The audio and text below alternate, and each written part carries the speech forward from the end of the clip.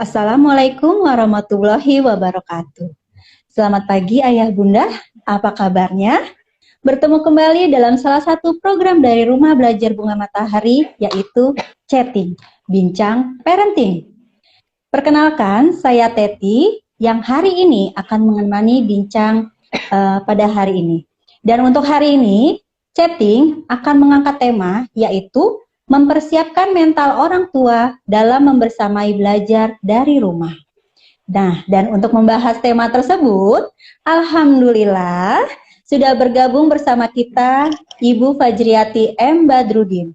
Beliau adalah salah satu psikolog dari Rumah Belajar Bunga Matahari, juga founder dan psikolog sahabatku. Selain itu, beliau juga founder dan konselor Parent Support Group Qatar.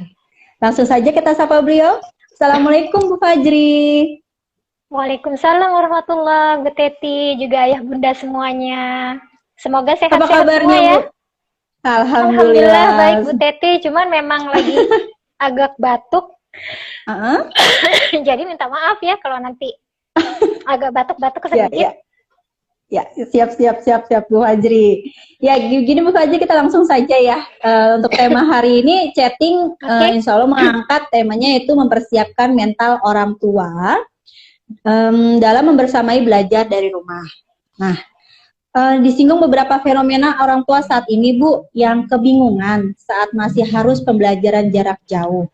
Ada yang bingung, pasti juga ada yang stres ataupun sebal, ataupun udah nggak tahu lagi nih mau ngapain dan sebagainya. Padahal masalah yang dihadapi bukan cuma urusan anak aja gitu, banyak sekali masalah-masalah di belakangnya. Nah, gimana nih Bu Fajri untuk cara pandangnya? Iya Bu Teti, memang pandemi ini luar biasa ya dampaknya ya. Kalau saya bilang sebenarnya yang terkena dampak itu bukan kita aja secara personal gitu ya, tapi secara keluarga, family, juga masyarakat, bahkan negara. Gitu ya. Jadi ketika kita melihat ini, bahkan bukan istilahnya gini, jangan kita merasa lalu kayaknya yang terdampak kita aja gitu, enggak, bahkan sampai level negara, bahkan negara juga yang kita tahu mungkin negara yang maju gitu ya, juga sama merasakan dampaknya gitu. Jadi ini hampir semua rata ya, baik mulai dari kalangan ekonomi menengah bawah sampai yang atas pun terkena dampaknya. Jadi memang ini kalau dibilang perubahan yang betul-betul baru gitu ya, dan memang wajar sekali kalau misalnya kita itu merasa stres gitu Bu Teti. Karena apa? Stres itu memang terjadi jika ada perubahan yang menuntut kita untuk menyesuaikan diri. Kan kalau kita sangat nyaman ya kalau dalam satu kondisi yang sudah stabil gitu ya, yang nyaman gitu, yang kita sudah bisa prediksi, besok kita mau ini, kita bikin planning misalnya hari Minggu mau jalan-jalan ke sini gitu ya, atau nanti anak-anak akan sekolah atau kuliah di mana, kita tuh udah planning. Tetapi gitu ya, dengan adanya pandemi ini banyak sekali rencana-rencana gitu ya, hal-hal yang harus diubah dari keluarga kita, bahkan juga untuk diri kita sendiri. Gitu Bu Teti.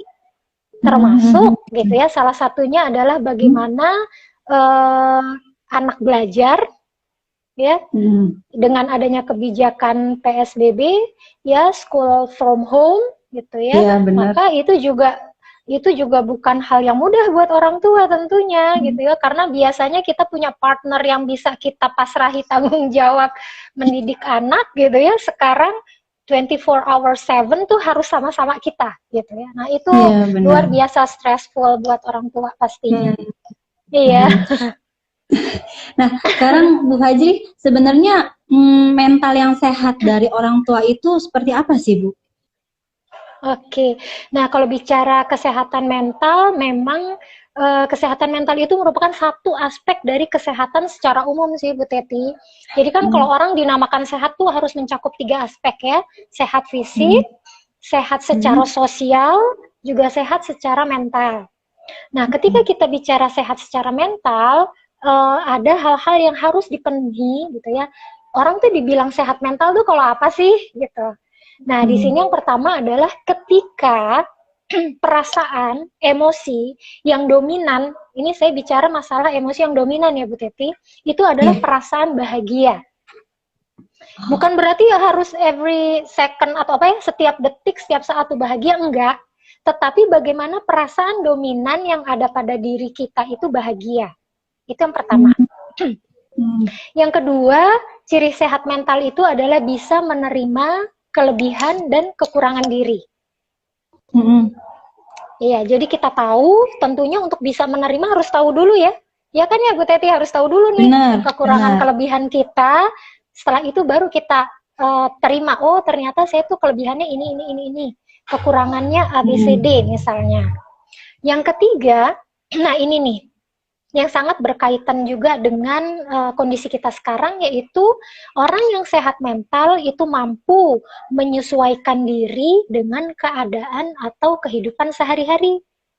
Jadi dia itu adaptif, dia tuh fleksibel, dia bisa, oh ada situasi seperti ini, maka dia cepat berusaha menyesuaikan diri. Cepat belajarnya. Iya, walaupun memang butuh proses, dan proses itu pasti berbeda setiap orang, tapi orang yang sehat mental itu mampu menyesuaikan diri. Oh, itu kuncinya ya Bu Fajri ya? Kuncinya. Mampu menyesuaikan diri. Dengan perubahan. Nah, jadi fleksibel. Gitu ya, nggak kaku. Makanya ketika kita melihat anak-anak atau individu dengan autism misalnya ya, dengan ASD, autism spectrum disorder, maka itu akan menjadi satu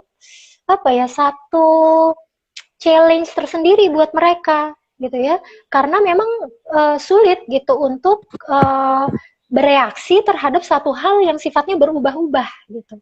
Nah, nanti apalagi ketika kita bicara soal pendidikan anak, nanti ya, anak berkebutuhan khusus, khususnya yang anak dengan autism spectrum disorder, karena kita juga ada ya anak-anak kita yang ASD ya, Bu Teti ya, di sekolah ya. Maka aspek ini betul-betul harus jadi salah satu prioritas ya, gimana kita mensupport, membantu individu atau anak-anak ini untuk bisa sedikit demi sedikit gitu ya menerima perubahan itu, karena tuh buat mereka stresnya minta ampun deh gitu. Lebih rasanya tuh lebih parah ya, maksudnya lebih sulit daripada kita yang biasa. Gitu. Nah, ciri yang keempat, orang yang sehat mental itu produktif tentunya. Ya, jadi dia mampu melakukan kegiatan yang bermanfaat, Bu Teti. Iya, jadi dia berfungsi. Makanya kalau kita lihat ada orang yang ngaku nih, sekarang kan karena banyak orang yang self-diagnose ya, Bu Teti, misalnya hanya dengan ngisi kuesioner tuh kan, sekarang kuesioner banyak ya di internet ya. Tentang misalnya depresi, dia wah ternyata aku depresi gitu, gampang sekali melakukan diagnosa sendiri ya, menjudge diri sendiri, padahal itu sebenarnya harus hati-hati. Tapi ternyata misalnya saya tanya loh, kamu masih keluar rumah? Iya, masih suka ngobrol di grup dengan teman-teman, atau masih suka hangout sama teman, ya itu belum jatuh namanya depresi atau mengalami gangguan mental. Mungkin itu ya hanya berusaha untuk melakukan ada perubahan, makanya dia agak mendapat tekanan gitu ya. Mungkin stres mungkin ya Mi, jadi betul, berarti jadi stres bukan depresi sebenarnya. Iya, karena kalau udah depresi maka biasanya ini nih fungsinya terganggu nih Bu Teti. Dia sulit untuk melakukan kegiatan fungsional sehari-hari. Gitu. Jadi akan diem di rumah aja, mengurung diri gitu ya, menarik diri dari pergaulan gitu, bahkan nggak mandi, nggak makan, nggak mengurus diri. Nah ini gitu ya. Itu yang keempat. Kebiasaannya ya Mi, kebiasaan itu tidak dilaksanakan. Iya, betul. Kewajiban sehari-harinya enggak. Mungkin kalau sebagai kepala keluarga, akhirnya dia nggak kerja, bolos gitu ya. Nggak mau kerja, nggak mau keluar. Atau misalnya seorang ibu rumah tangga akhirnya melalaikan semua tanggung jawabnya, hanya tidur aja. Sama sekali tidak terfikir misalnya harus mengurus anak. Ya, jangankan mengurus anak, mengurus dirinya aja udah nggak terpikir. Nah ini, satu ciri gitu ya, kalau nanti misalnya kita menyarankan, ayo dong, itu sudah butuh bantuan profesional gitu ya. Itu contohnya, salah satunya. Nah yang terakhir, orang yang sehat mental itu, Bu Teti, cirinya adalah aktif, menyumbangkan tenaga, pikiran pada lingkungan sekitarnya. Jadi ada kontribusi, Bu Teti, ada kepekaan pada lingkungan, gitu. Ya, makanya kenapa kalau kita bilang ada orang yang sosiopat gitu ya, ada yang sama sekali nggak peduli sama lingkungan. Nah, ini juga merupakan salah satu indikator sehat atau tidaknya dari mental seseorang. Mentalnya. Iya, gitu Bu Teti. Baik Mimi. Nah, lalu Mimi, pentingnya memastikan mental orang tua yang sehat dalam pengasuhan anak itu bagaimana sih? Masya Allah ya. Bukan ternyata sih Bu Teti, memang kadang kita sering abai ya. Kita ini sering abai tentang kesehatan mental. Kita lebih banyak fokus pada kesehatan fisik. Kenapa? Betul. Karena kan kalau fisik kan kelihatan ya, panas badannya, kelihatan kita pegang, meriang atau begini gitu ya, atau misalnya batuk gitu ya, kelihatan batuk-batuk, pilek kelihatan lendirnya keluar misalnya pada anak atau pada diri kita sendiri itu kelihatan gitu. Tetapi gitu ya, kesehatan mental karena tidak terlihat, nah ini banyak orang yang sering abai. Padahal kesehatan mental itu sama pentingnya dengan kesehatan fisik. Karena apa? Gini deh contohnya, Bu Teti. Kalau Bu Teti nggak percaya, sekarang Bu Teti googling deh di HP.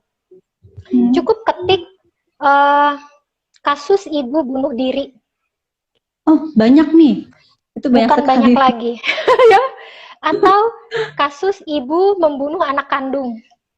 Oh iya benar. Itu banyak Bu Teti, mengerikan gitu ya. Ternyata kasus yang kita baca di media itu sangat banyak. Ya, dan tidak bisa diabaikan. Dan Bu Teti, karena saya mengampu sahabatku, nah ini dari sini juga kita banyak tahu sekali bahwa orang tua gitu ya, figur orang tua yang sehat secara mental itu pengaruhnya sangat besar bagi perkembangan anak secara positif ya.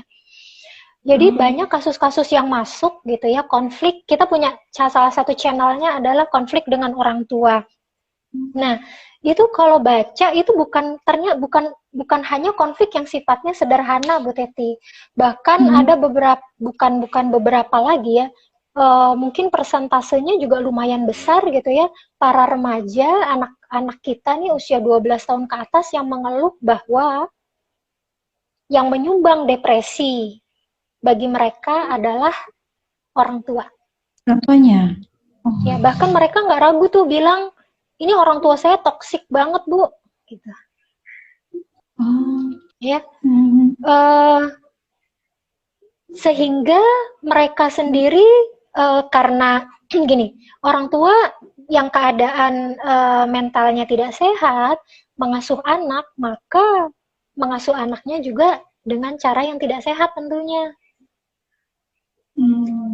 Ya, contoh misalnya pengelolaan emosinya tidak baik, ya. Misalnya orang tua yang punya emosinya tidak stabil, mengasuh anak. Kebayang deh Bu Teti, ya bagaimana anak itu akan diperlakukan. Ya, karena itu kasus-kasus yang masuk untuk kasus anak pun secara offline gitu ya, hampir 80% itu adalah kasus yang sifatnya emosi. Dan ketika dirunut ke atas, sebabnya adalah orang tua. Iya, gitu. Itu berarti menjadi suatu masalah yang tidak ada hentinya ya berarti ya Bu Fajri ya, karena nanti kan juga akan pengaruh terhadap keemosian dari anak. Terus nanti kalau itu tidak terselesaikan nanti bisa lagi jatuh ke anaknya lagi. Seperti itu. Betul sekali Bu Teti. Jadi kalau kita lihat sekarang, kalau dalam psikologi itu ada namanya istilahnya tuh inner child ya. Jadi ada luka batin di masa lalu sebelumnya, dan kalau ketika itu terjadi pada masa anak-anak gitu ya, itu akan terbawa terus sampai dia dewasa.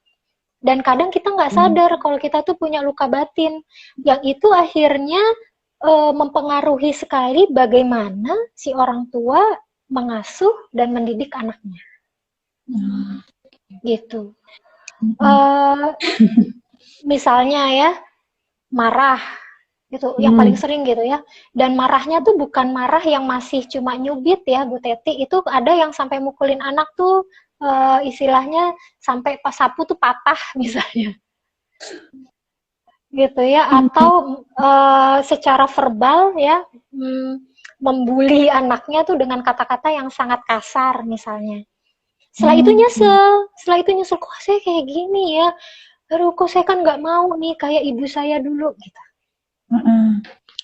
Tapi itu tanpa disadari ya, Bu Fajri. Iya, betul. Itu tanpa disadari ya, karena ada hal yang belum selesai, akhirnya tanpa disadari dia pun melakukan lagi kepada anaknya. Jadi memang ini kayak lingkaran dan harus diputus gitu. Siapa yang bisa mutus? Yuk, kalau saya sih ngajak kita nih orang tua, yuk kita aware sama kesehatan mental kita. Kalau kita ngerasa kok emosi kita tuh sering nggak stabil gitu ya, sering meluapkannya pada orang yang tidak bersalah, khususan anak-anak di rumah, maka nggak usah ragu sih kalau saya bilang untuk meminta bantuan pada profesional. Supaya apa? Supaya rantai itu putus. Gitu. Kalau nggak nanti anak itu akan meniru kembali, menyerap gitu ya, secara tidak disadari masuk ke dalam bawah sadar, dan itu akan dibawa lagi nanti sampai dia dewasa, dia menikah, dia memiliki anak, akan terulang lagi terus begitu. Berkelanjutan. Kayak spiral jadinya Bu Teti terus gitu. Iya, makanya kesehatan mental orang tua tuh penting sekali, harus diperhatikan. Baik Bu Fajri, tadi kita bicara tentang kesehatan mental orang tua. Nah, ini cara mempersiapkan mental tersebut itu bagaimana Bu Fajri? Oke, sebenarnya nggak ada yang instan sih Bu Teti. Kan kita begini pastinya ada yang, kalau ibarat bikin kue itu ada yang ngadon ya. Diadon ada gitu adonannya ya. Dulu. Ada adonannya. Bahan-bahannya Dan itu dibuat dulu. nggak langsung kaku gitu ya. Ada bahan-bahan apa. Dan yang melakukan itu siapa Bu Teti? Kita sendiri, orang tua. Iya, awalnya orang tua. Jadi ketika kita ingin anak kita sehat mental, maka kita pun harus memberikan stimulasi ya. Kita harus mengasuh anak itu dengan penuh kesadaran, dengan penuh kalau dibilang penuh positif, emosi yang positif gitu ya, dengan penuh kehangatan, sehingga itu jadi basic anak itu untuk sehat mental sampai dewasanya nanti. Nah sekarang gimana nih kita nih yang udah tua-tua, apa nggak bisa berubah misalnya? Bisa kok, Allah tuh maha baik, Allah tuh maha adil. Jadi kalau kita lihat ke pembahasan dari neuroscience, neuropsikologi, jadi ternyata otak kita tuh, otak manusia itu punya sifat yang namanya neuroplasticity. Jadi masih bisa dirubah Bu Teti. Tetapi memang mengubahnya itu harus betul-betul dari diri kita sendiri yang punya motivasi besar untuk berubah. Itu dulu tuh. Ya, gimana caranya? Aware dulu, sadar dulu dengan diri kita. Ya, sadar dengan diri kita. Jadi, kalau kita bicara masalah emosi, betul-betul udah kita coba sadari, hari sekarang nih perasaan kita apa ya yang mendominasi nih? Apakah bahagia, ya happy, apakah lagi sedih, apakah marah, apakah kecewa, apakah kaget gitu ya. Nah, itu kita harus bisa tuh mulai mendefinisikan sebenarnya apa sih yang sedang kita alami ini, perasaan apa. Karena seringkali gini Bu Teti, kita tuh jadi campur aduk. Ya, bingung mau mengekspresikan emosi aja bingung. Contoh nih, marah ya, marah sama anak. Ketika saya tanya, Ibu, apa yang Ibu rasakan? Marah Bu Fajri. Oke, marah. Kenapa marah? Iya, soalnya anak saya tuh ya disuruh sholat susah banget kalau nggak diteriak-teriakin misalnya nih. Oke, betul rasa marah yang ibu rasakan. Terus dia mikir, sebenarnya saya kecewa Bu. Saya tuh udah masukin anak itu ke pesantren ya. Harapan saya gitu, habis pulang dari pesantren, dia terapkanlah apa yang ada di pesantren itu di rumah misalnya. Oh, ternyata bukan marah, tapi ada kecewa gitu. Terus saya bilang, betul, cuma kecewa, sedih Bu, nangis deh. Jadi bingung ya Bu Teti mengekspresikan rasa marah, kecewa, sedih tuh sama dengan teriak, dengan ngomel-ngomel. Padahal kan nggak begitu, kan bingung ya. Kok gitu sebenarnya apa sih gitu. Nah yuk sekarang kalau saya mengajak orang tua untuk di awal itu aware deh dengan emosi kita. Gimana caranya untuk aware Bu Teti? Itu adalah dengan kita memberi ruang. Kita kasih jeda.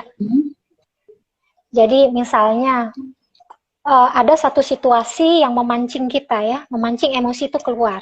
Apapun itu. Mau sedih, marah, kecewa, bahagia, kaget. Jadi ada satu misalnya, coba tahan dulu. Kita aware, kita kasih ruang dulu, kita kasih jarak, kita kasih jeda. Oke, ada peristiwa ini sekarang, apa nih yang aku rasain? Aku nih sedih. Gitu. Jadi betul-betul kita tahu sebenarnya perasaan apa yang ada pada diri kita. Jangan langsung kita langsung kasih respon. Kita kan biasanya nih sangat responsif ya. Reaktif, bukan hanya responsif, tapi sangat reaktif. Ada peristiwa A langsung wah gitu.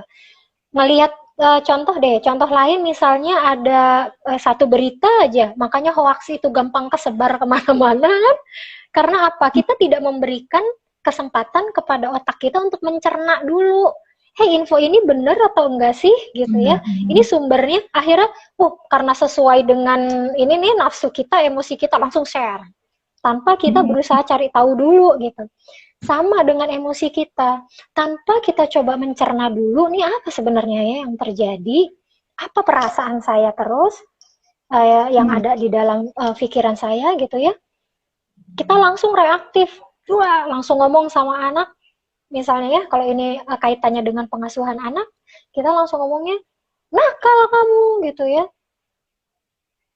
kalau kamu sih begitu, awas ya, gitu, misalnya. Langsung reaktif. Tetapi, kalau kita memberikan ruang, kita kasih ruang deh, jeda. Bareng beberapa menit, sampai kita betul-betul bisa mencerna, betul-betul, gitu ya, apa sih yang sebenarnya yang terjadi? Oh, ada peristiwa ini, anak mecahin gelas nih, gitu ya. Anak kita misalnya umurnya 3 tahun mecahin gelas. Oke, anak saya umur 3 tahun mecahin gelas. Itu gelas kesayangan saya tuh, belinya jauh waktu jalan-jalan misalnya gitu loh Bu Teti. Oke, aku kesel banget sih. Tapi terus kita mikir, itu anak umur 3 tahun loh, gitu ya. Itu gelas ada di mana ya? Oh, di atas meja yang pendek. Yang naruh di situ siapa ya? Saya. Gitu. Jadi, kan? Saya nih habis minum kopi lupa gitu naruh lagi di gelas di dapur misalnya di meja yang lebih tinggi misalnya. Jadi ketika anak itu main tangannya sambil namanya anak-anak ya Bu Teti, tiba-tiba tanpa sengaja gitu ya nyentuh gelas itu dan jatuh gitu ya. Ketika kita menganalisa gitu terus dialog kan kita bilang kalau gitu sebenarnya anak kita ini nggak sengaja gitu ya. Justru mungkin saya yang harusnya tuh menaruh gelas itu kembali ke tempatnya di dapur yang dengan meja yang lebih tinggi yang nggak akan mungkin terkena oleh anak. Lalu kita analisa lagi sebenarnya mana sih yang lebih berharga, anak atau gelas? Itu pasti reaksinya akan beda Bu Teti. Iya. Iya kan? Kalau kita reaktif maka kita akan langsung marah tuh. Iya. Kan langsung marah. Siapa yang mecahin gelas? Aduh, itu kan gelas mama ke saya, mama belinya jauh, gitu kan misalnya. Tapi ketika kita mencoba menganalisa, kita bilang, oh oke, gelas pecah gitu ya. Oke, itu gelas kesayangan mama loh. Jadi apa yang harus kamu lakukan? Minta maaf ya. Ayo, bilang sama mama, Ma, minta maaf ya. Aku nggak sengaja pecahin gelas. Oke, yuk. Sekarang kamu di situ, mama beresin gelasnya supaya kacanya pecahannya tidak kena kamu, itu akan beda. Gitu. Itu penting sekali Bu Teti, dan makanya ciri orang dewasa itu sebenarnya salah satunya adalah mampu menciptakan ruang tadi tuh Bu Teti. Dan anak-anak belajar menciptakan ruang itu dari kita, orang tuanya, dari contoh yang dilakukan sehari-hari. Gitu. Jadi jangan berharap anak kita umur prasekolah nih, anak-anak teman-teman kita di Bunga Matahari itu punya ruang, punya kemampuan menciptakan ruang. Belum tugasnya. Yang mampu menciptakan ruang itu kita, orang dewasa. Gitu. Jadi jangan berharap kalau anak itu juga mampu menciptakan ruang. Enggak. Jadi kalau anak-anak itu reaktif, wajar. Itu anak-anak usia prasekolah.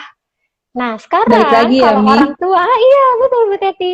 Kalau kita masih reaktif, berarti kita sama aja dengan anak prasekolah. Gitu. Jadi ini ya, evaluasi buat kita nih Ayah Bunda ya, sudah sampai mana nih kemampuan kita menciptakan ruang tadi. Itu sih Bu Teti pertama kali ya, mampu kita menciptakan ruang. Nah, setelah itu baru deh kita akan tentukan tuh ekspresi yang tepat apa ya. Kalau marah, ya gimana caranya marah yang betul-betul nantinya bisa punya pengaruh yang positif, tentunya bukan yang negatif ya. Bukan kita nggak boleh marah sama anak, haruslah sering ya. Bahkan gitu ya, ketika anak-anak kita tuh melanggar rules ya atau nilai dalam keluarga kita, ya maka kita harus tegur, kita harus marahi. Tetapi marahnya seperti apa? Gitu. Bukan berarti nggak boleh marah ya, gitu. Dan harus dilakukan ketika emosi kita tuh sudah stabil. Jangan masih panas terus kita marah, itu aduh efeknya tuh akan buruk nantinya. Ya. Itu kalau dalam hal mengelola emosi. Pentingnya, betul Bu Teti, pentingnya apa? Ini nanti akan ngaruh ke kesehatan mental tadi itu dalam mengelola stres tuh Bu Teti. Berarti saling terhubung ya Bu Fajri ya? Betul. Karena apa Bu Teti? Stres itu, mengelola stres itu sebenarnya kuncinya cuma 2. 1, atasi masalahnya. Yang kedua, stabilkan emosinya. Tapi masalahnya, nah Bu Teti, apa yang bikin sulit sebenarnya ya? Ketika emosi kita belum stabil, biasanya susah tuh ngatasin masalah, bener nggak Bu? Betul. Ya, makanya dibalik akhirnya. Jadi yang pertama itu stabilkan emosi dulu, baru yang kedua atasi masalahnya. Atasi masalahnya. Betul. Karena ketika emosi itu stabil, kita cooling down, kita tenang, maka otak kita juga bisa berpikir jernih. Itu deh, akhirnya gampang tuh nanti, oh iya ini ya, oh coba gini ya, oh ini ya, tiba-tiba penyelesaian masalah tuh datang dengan sendiri tuh di otak, tak. Ketika emosi kita sudah stabil. Iya. Itu tuh Bu Teti. Iya, itu kalau masih menghadapi stres yang sehari-hari tentunya ya. Tetapi ketika kita tadi sudah, rasanya saya udah nggak sanggup lagi, mengatasi ini sendiri, ya kalau saya sih menyarankan nggak usah ragu untuk meminta bantuan orang yang profesional. Dalam hal ini bisa ke psikolog, bisa ke psikiater misalnya. Supaya apa? Supaya nggak berlarut-larut. Kadang kan kita kalau berpikir sendiri kan suka buntu ya Bu Teti. Iya, benar. Tetapi ketika kita meminta bantuan orang yang profesional, maka kita akan dibantu deh untuk menstabilkan emosi kita, lalu kita mungkin dibantu untuk yuk coba Ibu runut masalahnya gimana, apa sumber daya yang ada di sekeliling gitu ya, apa yang kelebihan diri kita dari yang sesuai dengan masalah ini, apa yang bisa dilakukan gitu. Jadi betul-betul nantinya kita nggak merasa susah sendiri sih, gitu sih Bu Teti. Baik Fajri. Ternyata sangat sulit sebenarnya. Sulit Sulit sih sebenarnya, dibilang sulit juga enggak sih Bu Teti. Cuma memang Mm, mengawalinya mungkin ya, mengawalinya yang butuh perjuangan. Tetapi nanti ketika kita sudah dapat ritmenya, kita sudah mengenal baik diri kita udah aware nih, kalau marah nih, karena apa? Biasanya memang ada ciri-ciri fisik kok Bu Teti. Kok kita marah coba deh. Apa ciri fisiknya misalnya? mm, sakit ya di Jantung. sini. Di sini kan nggak enak Betul. ya. Mm-mm. Gitu kan rasanya udah apa ya gimana. Terus mungkin wajah juga tegang, ya nggak? Benar. Otot-otot juga Oh, tegang. mm-mm. Lalu mungkin apa ya namanya, kita juga jadi mondar-mandir misalnya. Ya, ada sebenarnya ciri-ciri fisik yang kalau kita ngeh gitu ya, kita sadar itu akan ada kok.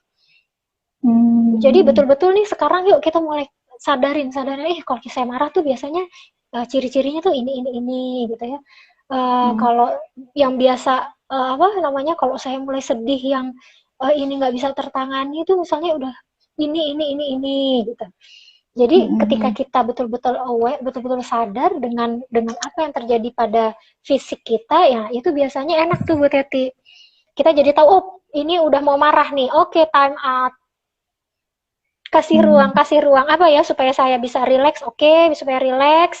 Kan kalau kalau kita muslim, Rasulullah nganjurin kalau dalam diri duduk gitu ya. Benar. Nah, ini ada trik juga loh Bu Teti, duduknya di mana gitu. Kalau bisa duduknya di tempat yang lebih tinggi.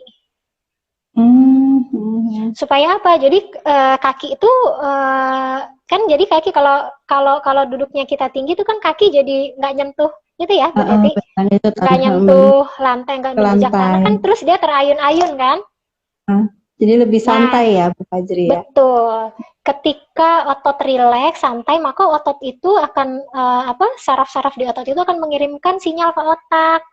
Oh, aku udah rileks kok, udah nggak marah lagi. Nah, nanti otak akan menyesuaikan, akan mengeluarkan hormon rileks. Gitu. Atau berbaring, kalau kata Rasulullah ya. Berbaring itu udah Betul. betul banget tuh. Atau kalau Mm. kita masih juga belum bisa menstabilisasi emosi, ya kita wudhu, Burudu. kena air. Atau kita Mm. mandi tuh Bu Teti, air hangat. Biasanya mandi pakai air hangat tuh kan otot jadi rileks. Mm. Ya, nanti Betul. kalau udah rileks baru deh kita temui deh anak kita. Udah nih siap, betul. Nggak terpancing, mau anak tantrum, mau anak guling-guling, oke, kita udah siap, oke, baru Mm. maju. Oke. Berarti berarti intinya adalah semuanya kembali lagi kepada orang tua ya, pengendalian emosinya seperti itu. Iya, betul. Balik lagi Mm. ke diri kita dulu. Benar. Ah, Baik, iya. baik Bu Fajri. Jadi kesimpulan dari bincang hari ini adalah mungkin Bu Fajri bisa untuk ini menarik kesimpulannya. Oke. Iya, Ayah Bunda, bicara soal kesehatan mental untuk orang tua itu sangat penting. Sama pentingnya ketika ayah dan bunda juga memperhatikan kesehatan fisik. Karena apa? Eh, Kesehatan mental orang tua itu akan sangat berpengaruh pada kesehatan mental anak. Bagaimana kita nantinya mengasuh, mendidik para ananda di rumah, itu tentunya pasti juga dipengaruhi oleh stabilitas emosi, stabilitas mental yang kita miliki. Ketika stabilitas emosi kita itu dalam keadaan yang goyah gitu ya, tidak stabil, kita juga merasa cemas, kita banyak merasa apa ya, takut yang mungkin berlebihan misalnya, maka itu pun akan dalam tanda kutip itu menular ke anak-anak. Apalagi kalau kita bicara emosi, emosi itu sangat menular ayah bunda ya kepada anak-anak, ya kepada siapapun yang ada di sekitar kita. Ketika emosi kita tuh cenderung positif ya, lebih banyak kebahagiaan, maka itu yang akan menular pada orang-orang terdekat kita. Ketika juga yang lebih banyak pada diri kita itu adalah hal yang maksudnya emosi yang marah misalnya, maka itu juga akan menular ke anak-anak kita.